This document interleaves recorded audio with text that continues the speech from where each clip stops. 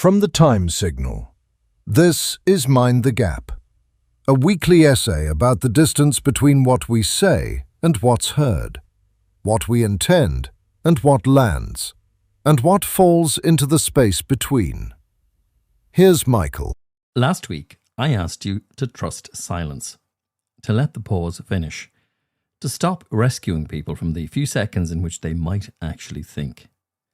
This week, the exception, and it's a serious one, because there is a second kind of silence, and it does not think. It swallows. It's the sentence that was formed and weighed, and then not said.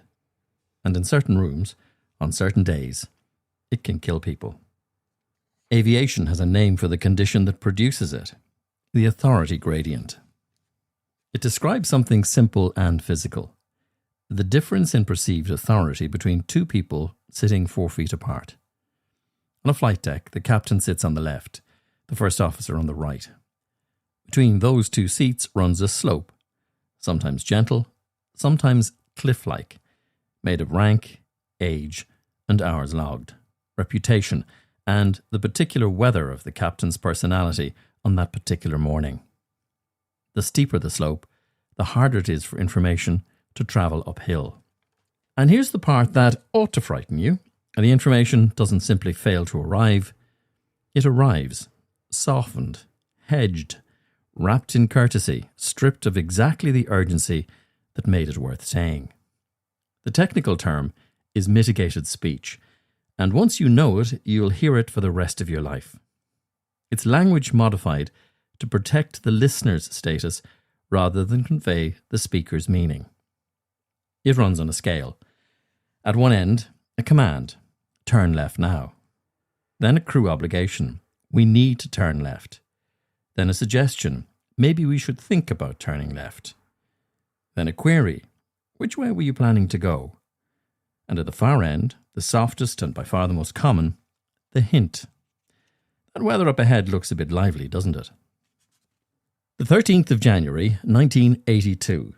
Washington National. In heavy snow. Air Florida 90, a 737, has been sitting in a queue for the best part of an hour with the engine anti-icing switched off, which is going to give the crew false instrument readings they have no way of knowing are false. In the right-hand seat is First Officer Roger Pettit, and Pettit is not a fool and is not asleep. On the takeoff roll he can see the numbers are wrong, and he says so 4 times. And this is what 4 times sounds like. That doesn't seem right, does it? Does it? A tag question. 2 words that take a warning and hand the other man the authority to dismiss it, which he does, and they hit the 14th Street Bridge. And 74 people on the aeroplane and 4 in cars on the bridge don't come home. Pettit had the information. Pettit spoke.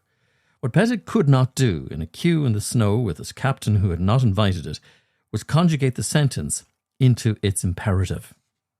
Now, I want to be careful here, because there's a lazy version of this story where the first officer is the hero and the captain is the villain, and it explains nothing.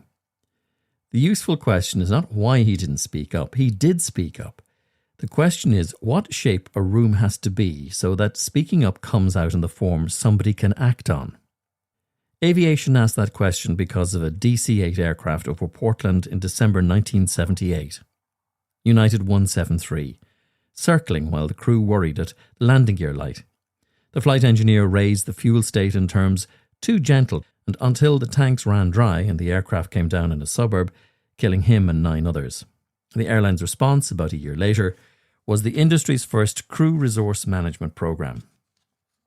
2 things I used to do and no longer do. I held a crew resource management instructor rating and spent years teaching in those rooms. It lapsed this year, and I'm not planning on renewing it. And for 14 years I ran a course for people frightened of flying. Something over 3,400 people came through it before I closed it down.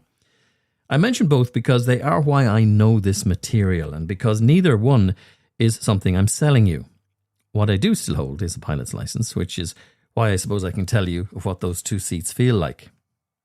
Aviation didn't fix this with a poster. It fixed it, to the degree it is fixed, with structure. Standardized callouts so the warning has a fixed form and doesn't have to be invented under pressure by a frightened person. Briefings in which the captain says out loud before anything has gone wrong that she expects to be challenged. The sterile cockpit rule, which bans conversation below 10,000 feet on the reasonable theory that if you fill the air with chat, you won't hear that one sentence that matters. 40 years of hard, unglamorous engineering aimed at flattening a slope between the two seats. Nobody flattened it by asking people to be braver. Bravery is not a system.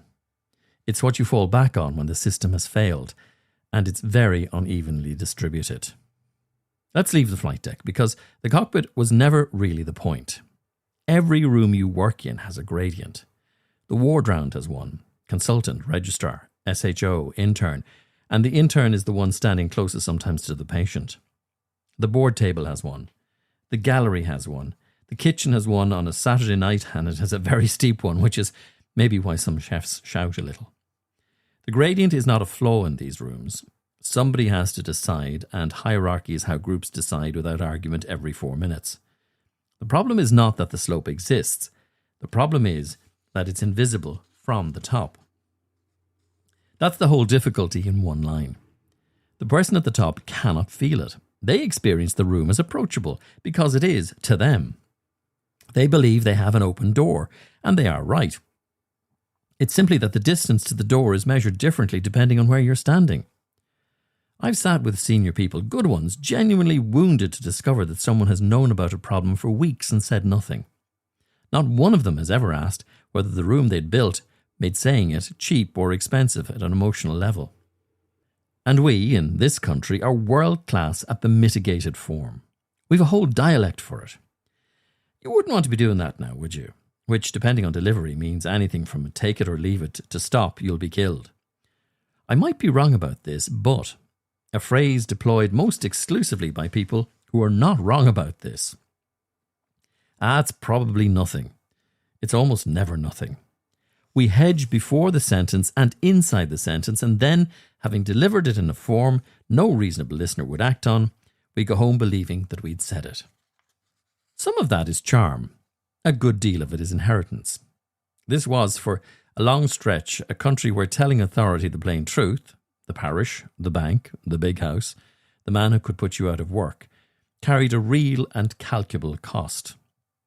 Indirect speech was not a weakness.